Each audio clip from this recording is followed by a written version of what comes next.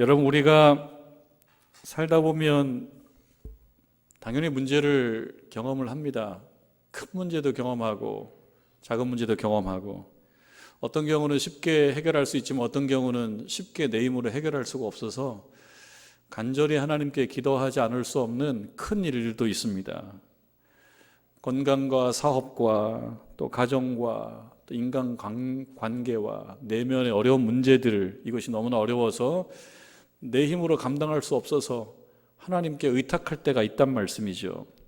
그걸 하나님께서 해결해 주실 때 참 감사합니다. 그럴 때 우리는 기적 같다, 그런 말을 하게 됩니다. 왜냐하면 내 힘으로 할 수 없었으니까요. 사람의 힘으로 할 수 없었으니까 기적 같다, 이렇게 말할 수가 있습니다. 그런데 다른 한편요, 어려움이 없이 사는 더 많은 날, 이것이 더 큰 기적이라고 하는 것을 간구할 때가 많은 겁니다. 하나님의 기적이 반드시, 하나님의 손길이 두드러지게 개입을 해서 두드러진 결과가 나올 필요가 없을 만큼 평안한 그런 일상, 이 사실이 사실은 더 기적 같다라고 하는, 이거를 잘 모르고 넘어갈 때가 많습니다. 매 순간 우리가 숨을 쉬고 살아간다라고 하는 것도 쉬운 건 아닙니다. 어떤 사람들은 숨을 못 쉬어서 호수를 끼워야 되는 거예요, 코에다가. 그런 분들도 있잖아요. 호수를 끼워야지만 살 수 있는 경우가 있는데, 우리들은 호수 없이도 산다. 평범한 거죠. 그런데 이것을 놀라워하지 않고 살아가고 있는 것을 순간 되돌아보면 이 사실도 놀랍다.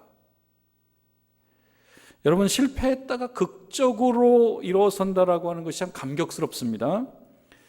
그리고 이때 하나님께서 나를 도우셨다라고 간증하는 것, 또 이것을 듣는 것, 참 은혜롭습니다. 그러나 다른 한편 극적으로 일어설 필요 없이 평범하게 사는 것이 감격스러운 일이라고 하는 것을 잊고 살 때가 많습니다. 이러한 평범한 일상 속에서도 하나님의 돌보심의 은혜, 하나님의 돌보심의 은혜, 기적이라고 머릿속으로 느껴지지는 않을 평범한 하나님의 그 은혜, 그것도 기적이라고 하는 것을 인정하는 것이, 그것이 믿음이다. 그렇습니다. 평범한 은혜는 어쩌면 기적 이상이다. 그런 의미에서 여러분, 이삭은 하나님의 은혜를 많이 경험한 사람이라고 말할 수도 있겠습니다. 왜냐하면 이삭이 평범하거든요. 여러분, 아브라함에 대한 이야기 많아요. 야곱에 대한 이야기도 길어요. 근데 이삭은 그 사이에 끼어 있어요. 아버지 아브라함과 아들 야곱 사이에 끼어 있습니다. 그는 아브라함의 참 그 어려운 시간들을 거쳐서 하나님의 기적으로 태어난 아들이었습니다. 그래서 어쩌면 좀 순탄했었는지도 모르겠습니다. 특별한 어떤 이야기가 많이 없습니다. 평범합니다. 이 이삭이 한 특별한 일이 있다면 오늘 우리가 읽은 본문의 말씀에서 나오는 땅 파고 다니는 일들이에요. 우물 파는 일들, 우물 좀 몇 개 판 일, 우물 좀 몇 개 판 일들 외에 특별히 이삭에 대해서 기억나는 일들이 별로 없어요.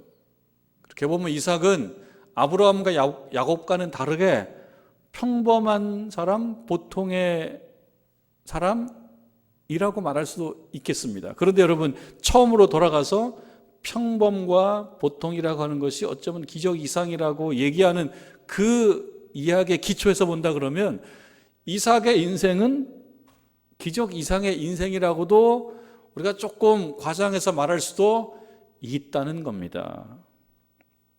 그런 이삭을 성경에서 종종 뭐라고 얘기하나요? 아브라함의 하나님, 그리고 누구의 하나님? 이삭의 하나님, 이렇게 얘기한단 말이에요. 그리고 야곱의 하나님. 하나님께서 하나님 스스로를 말씀하실 때 나는 아브라함의 하나님이요, 이삭의 하나님이요, 야곱의 하나님이다. 여러분들 자녀를 생각할 때 나는 누구 아빠예요, 누구 엄마예요라고 얘기할 때 부끄러움은 그렇게 얘기합니까? 누구 아빠라고 얘기할 때 부끄러움은 누구 얘기 쉽게 할 수 있어요? 본인 이름 대고 말지요. 그런데 하나님께서 나 이삭의 하나님이야 라고 이야기한다면 이삭 괜찮다는 거예요. 성경에 소개할 만하다는 얘기입니다.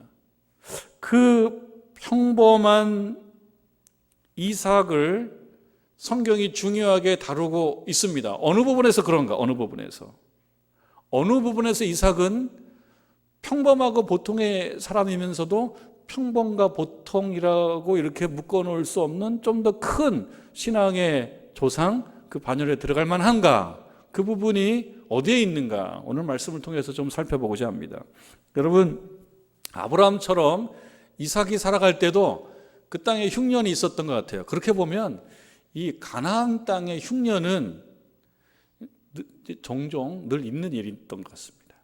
예전부터 종종 일어나는 거예요.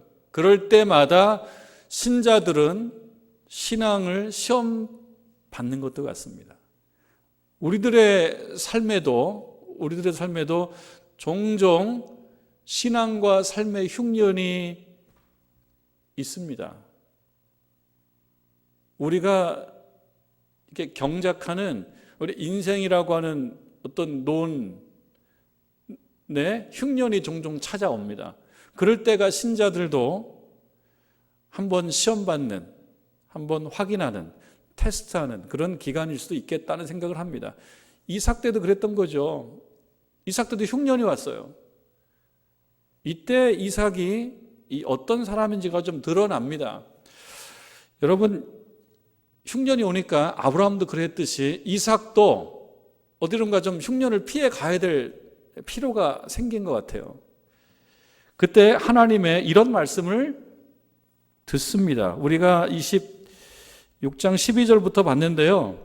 26장 2절 말씀을 보면 2절 말씀 보면 이렇게 되어 있죠. 여호와께서 이삭에게 나타나 이르시되, 하나님께서 이삭에게 말합니다. 애굽으로 내려가지 말고 내가 내게 지시하는 땅에 거주하라. 이 말은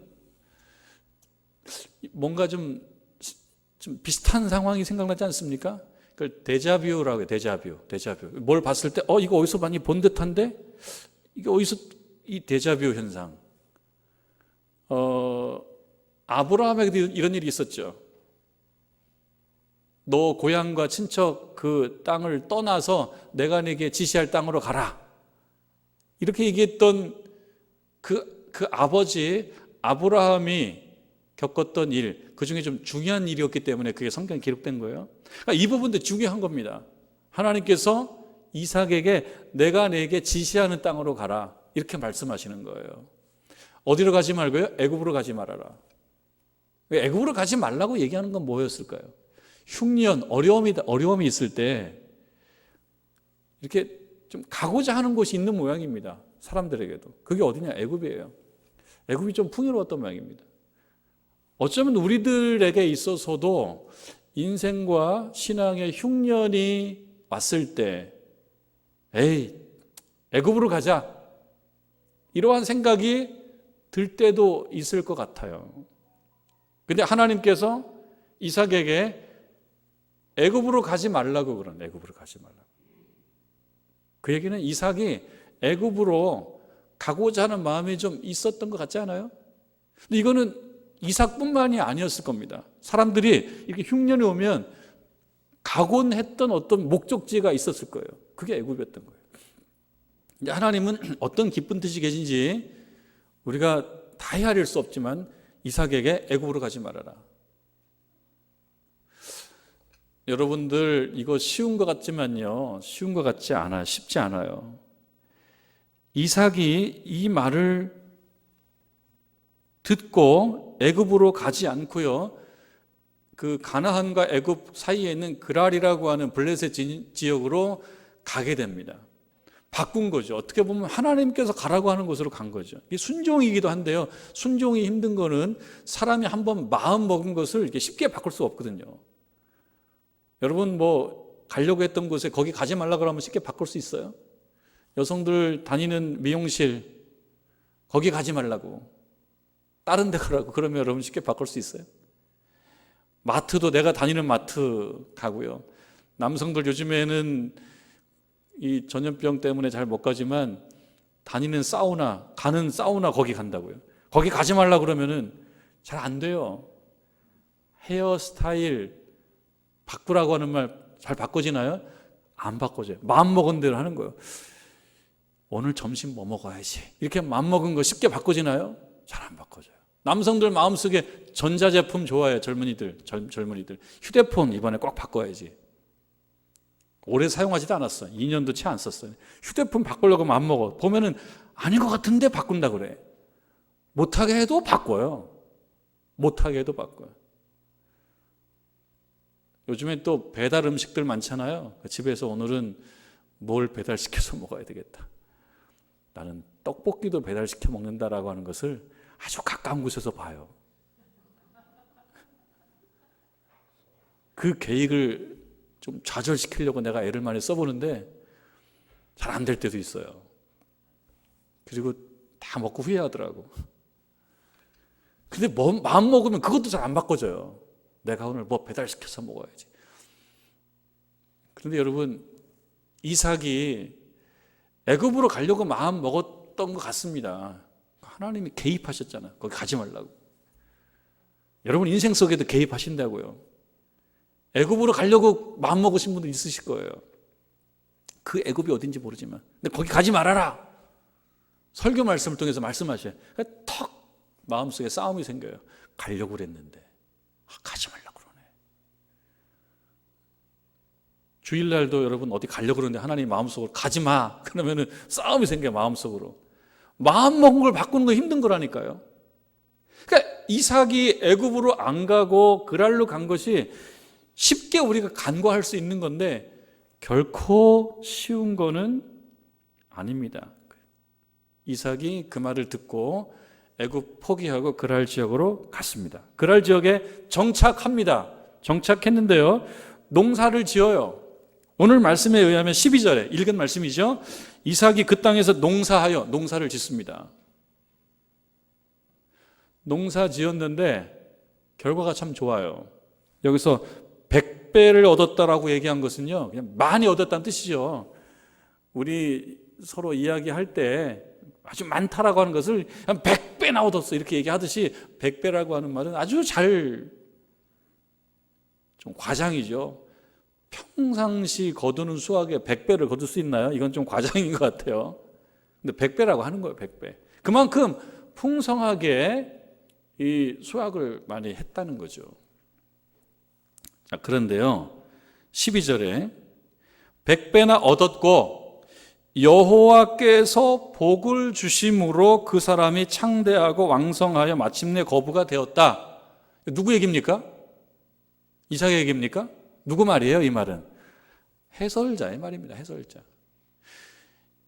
이삭에게서 보여주는 요 사실이에요. 하나님께서 애굽으로 가지 말고 내가 너에게 지시할 땅으로 가 해서 가서 벌어진 그 일에 대해서 이거를 그냥 흘려버릴 수 없어 해설을 한번 하는 거예요. 해설을.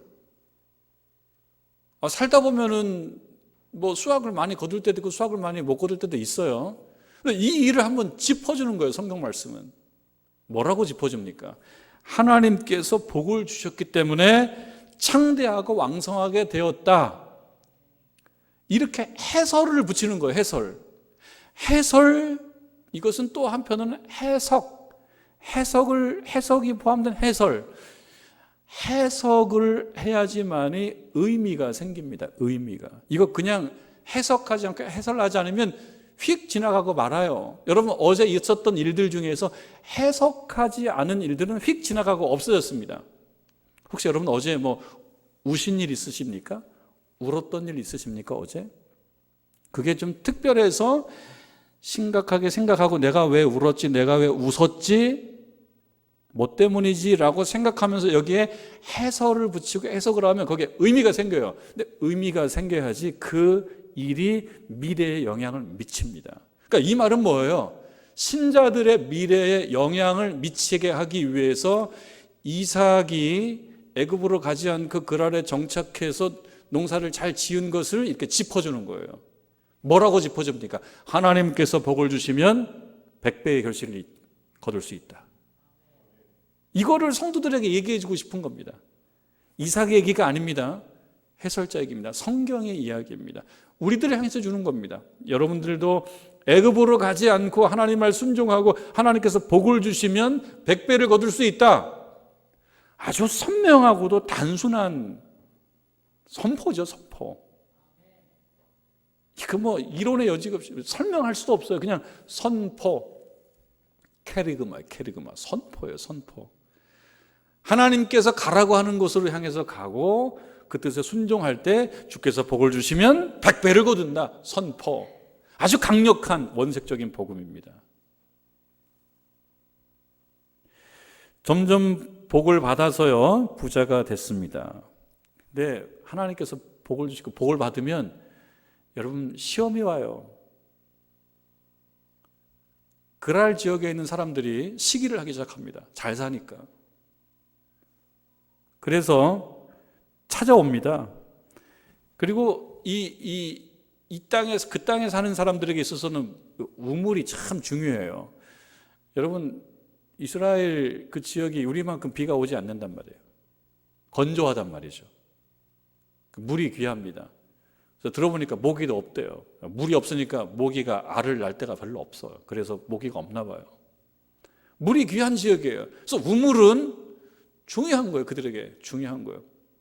근데 이삭이 잘 살고 있다 그러니까 시기 질투해서 찾아와서 그 우물을 메워버려요. 그 얘기는 뭡니까? 살지 마라. 떠나라는 얘기, 떠나라는 얘기. 그리고 그 지역의 지도자 아비멜렉이 와서 말하고 얘기합니다. 16절에 아비멜렉이 이삭에게 이르되 내가 우리보다 크게 강성한즉, 강성한 것도 죄예요. 좀 잘 나가는 것도 죄야. 나가라고. 이제 가라고. 그 말을 듣고 이삭이 나갑니다. 그 지역을 떠납니다. 그리고 그랄의 골짜기 쪽으로 이동합니다. 거기서 우물을 다시 팝니다. 우물을 다시 파요. 우물 판다고 다 물 나오는 건 아닐 거예요. 근데 물을 파요. 근데 물이 나와요. 참 다행스럽죠. 근데 그 지역의 목자들이 또 찾아와요. 또 시비를 걸어요. 나가라고. 18절 말씀해 보니까 그 아버지 아브라함 때 팠던 우물들을 다시 팠으니 이는 아브라함이 죽은 후에 블레셋 사람들이 그 우물을 메웠습니다. 다시 팠는데 물이 나오는 거예요. 이삭이 그 우물들의 이름을 그의 아버지가 불렀던 이름대로 불렀더라. 이삭의 종들이 골짜기를 파서 샘근을 얻었더니, 샘근을 얻었다. 그러니까 물을 찾은 거죠. 다행한 겁니다. 물이 또 나온 거예요. 그러니까 이들에게는 할렐루야죠. 물이 또 나왔다. 여러분들께서도 때때로 경험하는 시험, 어려움 때문에 아마 그 지역에서 그 옆쪽으로 옮겨야 될 때도 있을지 모릅니다. 그래서 샘을 또 파야 될 때도 있을지 몰라요. 그때 하나님의 은혜로 여러분들이 파는 그 샘에 물이 나오기를 주님의 이름으로 축원합니다. 샘의 근원을 발견하시기를 주님의 이름으로 축원합니다. 그게 복인 거죠. 복을 또 받은 거예요. 물을 팠더니 물이 또 나와요. 그런데 20절에 보니까 그랄 목자들이 이삭의 목자와 다투어 이르되, 또 와서 시비를 걸어요. 다퉈요. 이거 우리 거래. 이거 우리 거래. 이삭이 그 다툼으로 말미암아 그 우물 이름을 에색이라 하고 거기를 포기합니다. 여기서 가만 보니까요, 이삭의 그랄 목자들이 이삭의 목자와 다퉜다라고 하는 것은 뭔가 좀 싸움이 된다는 거 아닙니까? 싸움이 되는 거예요. 그랄의 목자들과 이삭의 목자들이 싸움이 좀 돼요. 그럼 이 상황이 되면 싸움이 되니까 싸우는 쪽으로 갈 수도 있었겠다 그런 생각이 듭니다. 그런데 이삭이 포기한 거예요. 놓고 또 다른 곳으로 가요. 그리 보면 이삭이 좀 소심하다. 내 그럴 줄 알았어 이삭. 그랄에 왔다가 아버지 아브라함이 그랬듯이 이삭의 아내 리브가도 아름다웠던 모양입니다.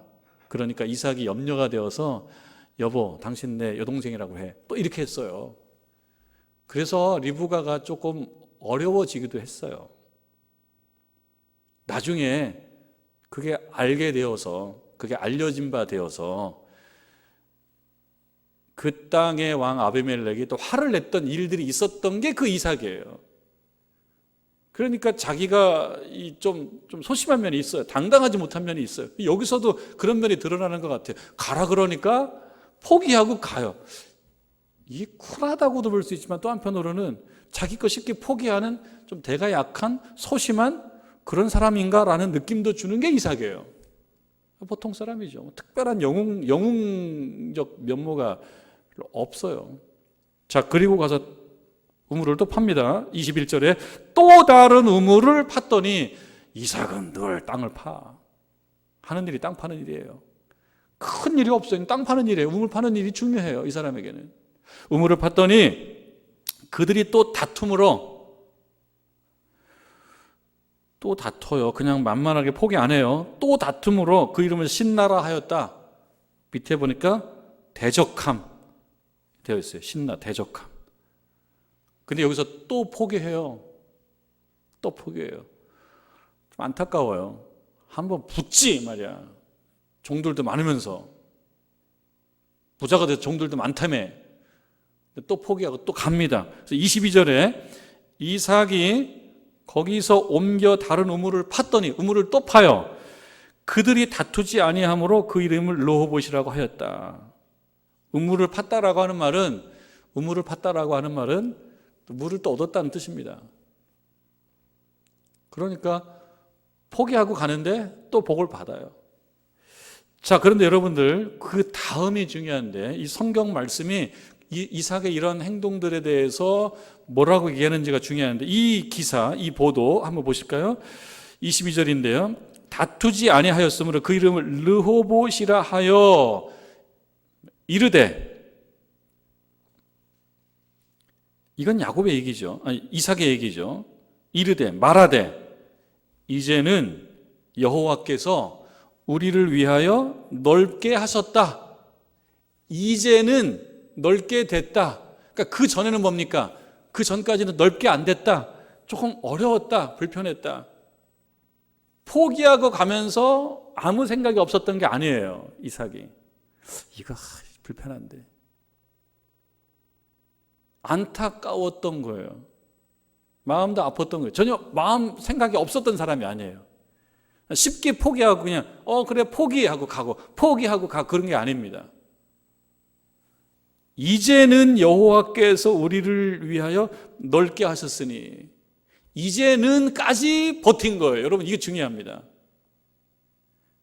이제는 여호와께서 우리를 위하여 이제는 지금이죠. 이 시점에도 이삭이 떠나지 않은 어떤 장소는 어디냐면 여호와의 그 마당이에요.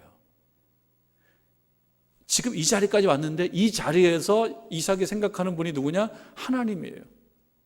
하나님께서 이제는 우리를 지켜주셔서 지금 이 시간 이 시점 이후에는 형통할 거야 라고 말하는 겁니다. 아마 이 시점에 인생 정말 힘들어 못 살겠네. 힘들어 못 살겠어. 하나님께서 좀 개입 좀 하시지. 그동안 말이야 몇 번이야 몇 번 다투고 몇 번 싸웠어. 그때 왜 가만 계시고 좀 나타나셔가지고 좀 해결 좀 해주시지. 번번이 말이야 내가 놓고 포기하고 오게 만드시고 말이야 하나님 미워 이렇게 하지 않았단 말이에요. 포기하고 오고 포기하고 오고. 여러분 신앙생활 하다 보면은 자꾸 우물을 뺏겨요. 애써서 팠는데 우물을 뺏겨요. 그럴 때 하나님을 향하여 불만을 할 수가 있어요.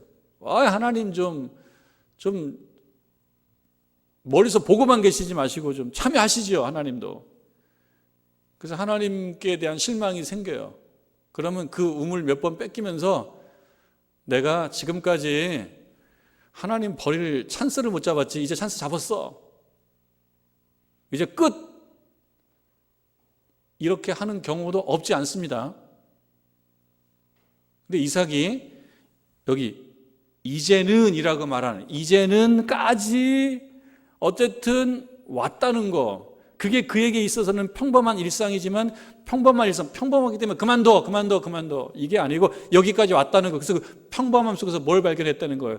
하나님 아버지, 나를 이끌어오신, 나를 여기까지 이끌어오신 하나님, 그 하나님을 발견하고 이야기합니다. 이제는 여호와께서 우리를 위하여 넓게 하셨으니 이 땅에서 우리가 번성하리로다. 이제는 번성하리로다. 아예 못 살겠네가 아니고 하나님께서 함께 하시기 시작했어, 됐어. 하나님이 함께 시작했어, 됐어. 번성할 거야. 이렇게 얘기하는 이 부분을 성경 말씀은 매우 강조하면서 이야기하고 있는 것입니다. 이삭이 약한 것 같아요. 소심한 것 같아요. 그러나 강해요. 왜? 그만두지 않았어요. 버리고 오고 포기하고 왔지만 어느 시점에서 그 마음속에 여전히 살아계신 분 하나님, 소심하고 약한 것 같지만 그 마음속에 그 부분, 그가 소심한 부분, 사실일 겁니다. 또는 보통 평범한 사람, 그 사실일 수 있어요. 그런데 그거 중요하지 않아요. 성경이 중요하게 다루는 것은 이 시점에 이제는 하나님이 우리와 함께 하실 거라고 이야기하는 그 이삭의 모습이 중요하기 때문에 성경 말씀에 이 부분을 중요하게 다루고 있습니다. 12절에서는 해설자가 해설하죠. 여호와께서 복을 주심으로, 여호와께서 복을 주심으로. 해설자가 이 성경 말씀을 읽는 이삭의 삶을 보는 신자들을 향해서 간과하지 말아야 될 중요한 포인트를 찝어서 설명해 주시는 것이 해설자라면, 22절 말씀은 이삭 자신이 경험한 그 일에 대해서 해설하기 시작합니다. 이삭 자신이 실패도 있었고 겨우겨우 와서 여기까지 왔어요. 이 일들을 이삭의 눈으로 보면서 해석합니다. 거기서 뭐가 생깁니까? 의미가 생겨요. 의미. 그 의미가 이 이후에 살아가는 이삭의 삶에 영향을 미칠 것이라는 겁니다. 그게 중요합니다.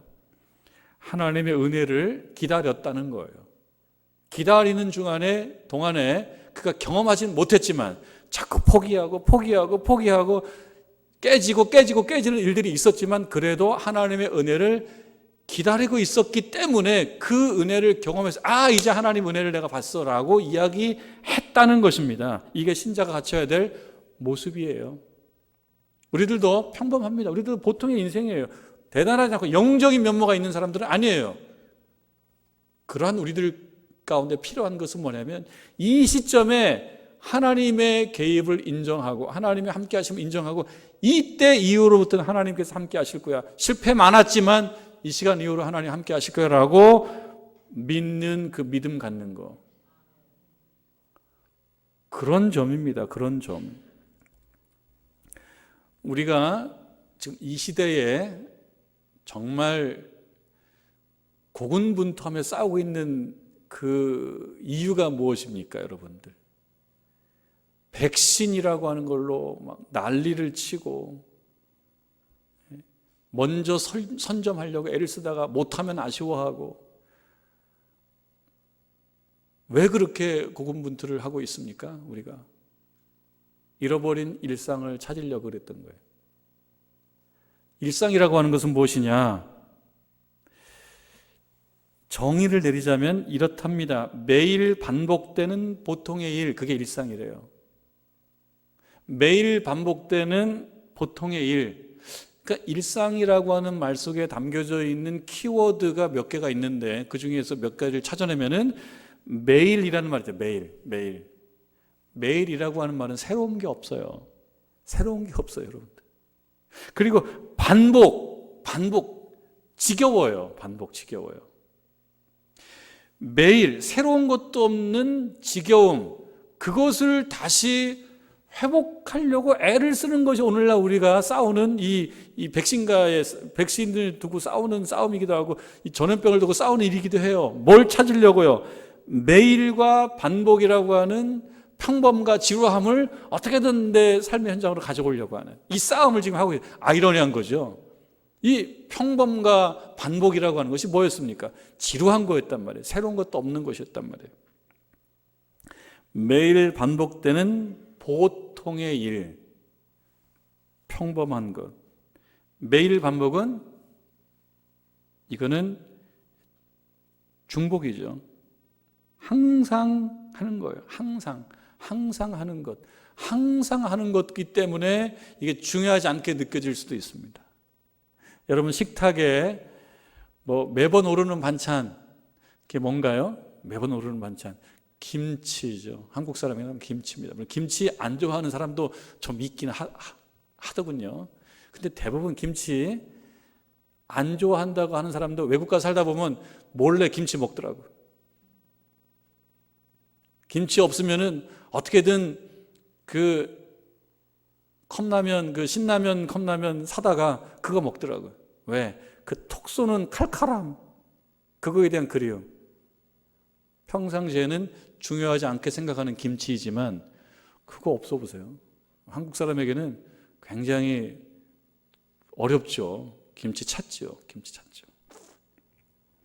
매일 반복되는 보통의 일이라고 하는 것이 평상시에는 중요하지 않을지 모르지만 그게 사실은 매우 중요했다라는 것입니다. 그게 참 중요했다는 거예요. 이 시대에 일상을 현장으로 가지고 오려고, 평범한 일들을 다시 가지고 오려고 애를 쓰고 있는데, 신자들에게 있어서 여러분 평범한 일상은 무엇입니까? 신자들에게 있어서 신자들에게 있어서 매일 반복되는 보통의 일은 뭐예요? 예배지요. 여러분, 신자들에게 있어서 매일 반복되는 거 예배고 기도고 말씀 읽기죠. 반복돼서 지루하고 무미하고 지겹고, 그런데 이 일을 해나가는 것이 위대하다는 거예요. 이삭이 땅 판 것밖에 없는 것 같아요. 그럼에도 불구하고 그가 아브라함의 하나님, 이삭의 하나님, 야곱의 하나님, 그 중에 이름을 하나, 명예의 전당 아닙니까? 거기 이름이 들어가고 있어요. 그거에 대한 하나 힌트는 평범한 하루하루를 살아가면서 땅 파고 우물 파고 살아간 것이 다였을런지는 모르지만 그 가운데 뭐가 있었다는 것입니까? 오늘 말씀이에요. 이제는 여호와께서 우리를 위하여 넓게 하셨다. 이제는 형통할 것이다 라고 해석하는 그 믿음의 눈, 믿음의 시각, 그것을 우리들에게 이야기해 주고 싶은 것입니다. 여러분, 무미하고 지루할 수도 있습니다. 신나는 일이 없을 수도 있습니다. 그러나 중요합니다. 아주 놀라운 간증거리가 없을 수도 있습니다. 그러나 참 중요합니다. 그 가운데 하나님을 의지하고 하나님을 기대하는 것, 하나님을 인정하는 것, 그러다가 나의 삶의 지경이 어느 정도 넓어졌다? 그러면 이 넓어진 것은 하나님의 복이라고 이해하고 고백하는 것, 그게 위대하다는 것입니다. 그게 위대한 신앙 고백이라고 하는 것입니다. 그 평범함과 그 일상 속에서도 우리 하나님을 잊지 않고 하나님께서 나를 여기까지 인도해 주셨다라고 인정하고 고백하는 그런 저와 여러분 되시기를 주님의 이름으로 축원합니다.